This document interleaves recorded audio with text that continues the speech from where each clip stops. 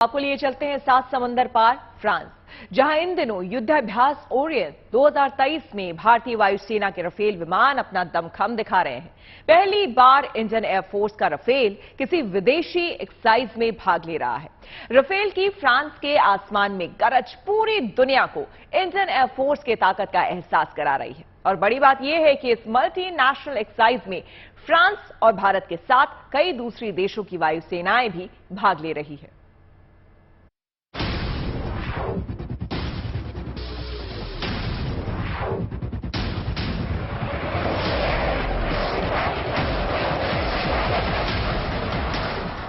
रफ्तार और ताकत में माहिर खिलाड़ी रफेल फाइटर जेट इन दिनों फ्रांस के आसमान में कुछ यूं गरज रहा है। तस्वीरें मल्टी नेशनल एक्सरसाइज ओरियन की हैं, जिसमें हिस्सा लेने के लिए भारतीय वायुसेना के बेड़े में शामिल रफेल विमानों को पहली बार विदेशी सरजमी पर भेजा गया है। ये एक्सरसाइज 17 अप्रैल से चल रही है, जिसमें इंडियन एयरफोर्स के बेड़े के 4 रफेल फाइटर एयरक्राफ्ट, 2 C-17 विमान और 2 IL-78 मिड एयर रिफ्यूलर विमान के साथ 165 वायुसैनिक हिस्सा ले रहे हैं। भारतीय वायुसेना और French air and space force के अलावा Germany, Greece, Italy, Netherlands, United Kingdom, Spain और अमेरिका की एयरफोर्स भी इस अभ्यास में शामिल है।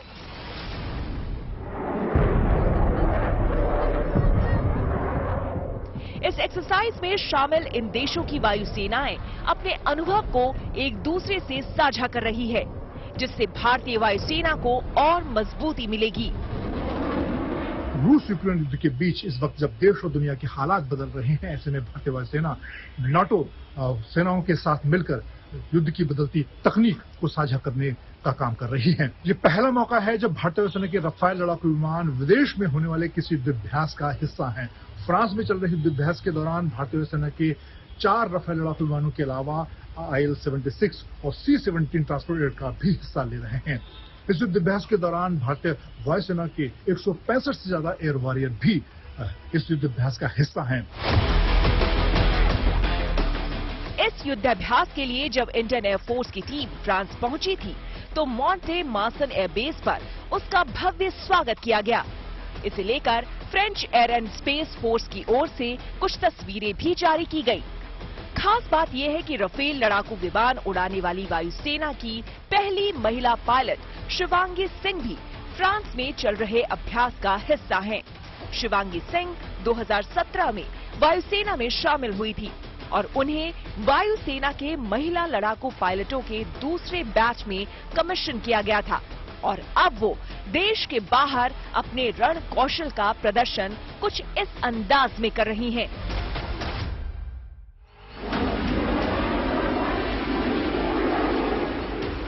पांच मई तक चलने वाले इस अभ्यास में हर दिन हिंद के ये वायुवीर अपने शौर्य और पराक्रम से दुनिया को इंडियन एयरफोर्स की ताकत का एहसास करा रहे हैं।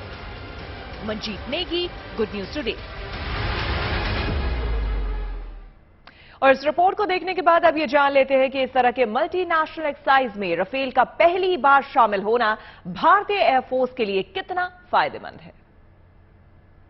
ओरायन 23 युद्ध अभ्यास और वॉर गेम जो है, ये थल, जल, वायु और साइबर स्पेस, इन चारों एलिमेंट्स को पूरा वो एक डिफेंसिव एक्सरसाइज के तौर पर उसको पूरा प्रैक्टिस किया जा रहा है। ये फ्रांस का कई दशकों में बहुत सबसे बड़ा युद्ध अभ्यास वहां पे अभी किया जा रहा है। उसमें नाटो नेशंस भी उसमें पार्टिसिपेट कर रहे हैं और यहां पर भारत भी पहले बार अपने 4 रफेल एयरक्राफ्ट भेज रहा है। फ्रांस के साथ भारत के पहले भी हम लोग काफी ज्वाइंट युद्ध अभ्यास हम लोग के चलते भी रहते हैं, लेकिन इस बार पहले बार नाटो के साथ भी वहां पे हमारे रफेल वहां पे पहुंच रहे हैं इंटर ऑपरेबिलिटी और ड्यूरिंग वॉर का प्रैक्टिस करने के लिए। जिस तरह से चीन की जो विस्तारवादी प्रक्रियाएं हैं, जिस तरह से वो भारत के बॉर्डर्स पर भी, जहां पे हमारा अगर ईस्टर्न लद्दाख ले लें या अरुणाचल भी ले लें, और जिस तरह से चीन जो है ईस्ट चाइना सी हो गया, इंडियन ओशन रीजन हो गया, साउथ चाइना सी हो गया, वहां पे जो उसकी विस्तारवादी मंशाएं जो हैं, उसके वजह से भारत ऑलरेडी कोऑर्डिनेशन का भी हिस्सा है, जिसमें जापान, USA,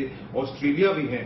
तो इन सब चीजों को देखते हुए एक मैसेज भी जा रहा है कि आज के तारीख पर जो चीन की जो मंशाएं हैं उनको कंट्रोल करने के लिए कहीं ना कहीं और भी नेशंस का उसमें जरूरत पड़ सकता है।